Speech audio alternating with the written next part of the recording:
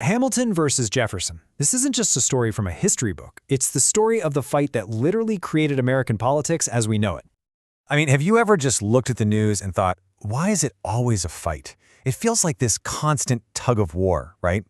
Two sides that just can't seem to agree on anything. Well, it turns out there's a really simple reason for that. The entire American political system was basically born from a fight, a massive one. So let's get right into it. This is the story of America's very first, and you could argue its most important political showdown. This is the origin story. Before we jump in, let's make sure we're on the same page. What even is a political party? It's simple, really. It's just a team, a group of people who kind of agree on the best way to run the country. The funny thing is, the Founding Fathers, they didn't really plan for them to exist at all. But they happened anyway. They just sort of popped into existence because of these huge, passionate arguments between two of the most brilliant guys in George Washington's cabinet, Alexander Hamilton and Thomas Jefferson. And if you boil it all down, their entire conflict came down to one single gigantic question.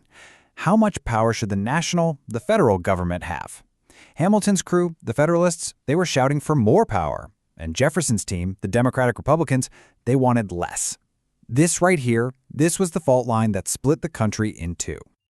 Okay, so let's dig into Hamilton's side of things first. What was his big vision? What did he imagine America could become?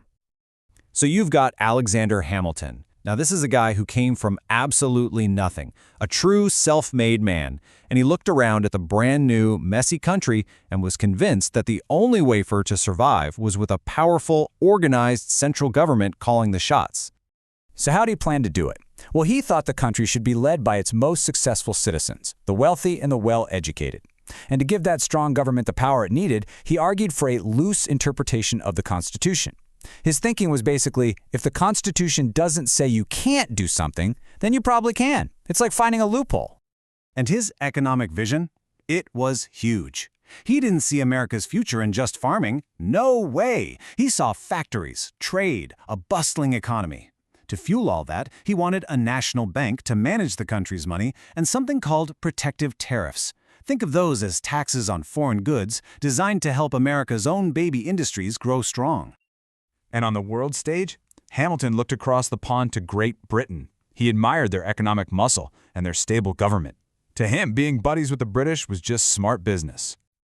Okay, now for literally every single thing I just said, Thomas Jefferson had the complete opposite idea. So let's flip the coin and look at his Democratic-Republican counter-argument. Here comes Jefferson. He's a wealthy Virginia landowner, and his whole world is tied to the land. He looked at Hamilton's plans and didn't see stability, he saw a tyrant in the making. He was terrified that all this centralized power was just a fast track back to the kind of monarchy they had just fought a revolution to escape. His vision was a total 180 from Hamilton's. He wanted power to stay local, with strong state governments. He had incredible faith in the common person, especially farmers, to govern themselves. And when it came to the Constitution, he was super strict. If it didn't specifically say the government could do something, then it absolutely could not. No wiggle room, period. Economically, his dream was a nation of independent farmers. He distrusted big cities and big banks. Instead of one national bank, he wanted a bunch of smaller state banks, and he believed in free trade, arguing that Hamilton's tariffs would just hurt Southern farmers to help out Northern factory owners. And his international best friend? Definitely not Britain. Jefferson was all in on France. He loved the ideals of the French Revolution and saw them as America's natural ally. So there you have it. Two completely different blueprints for America. One, a powerful industrial nation led by an elite few. The other, a decentralized republic of farmers.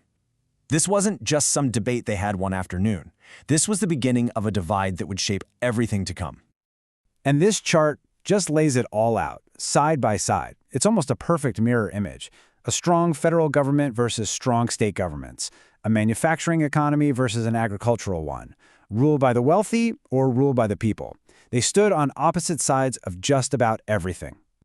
And here's the real kicker, why this story from over 200 years ago still matters so much. This original argument, it never really went away.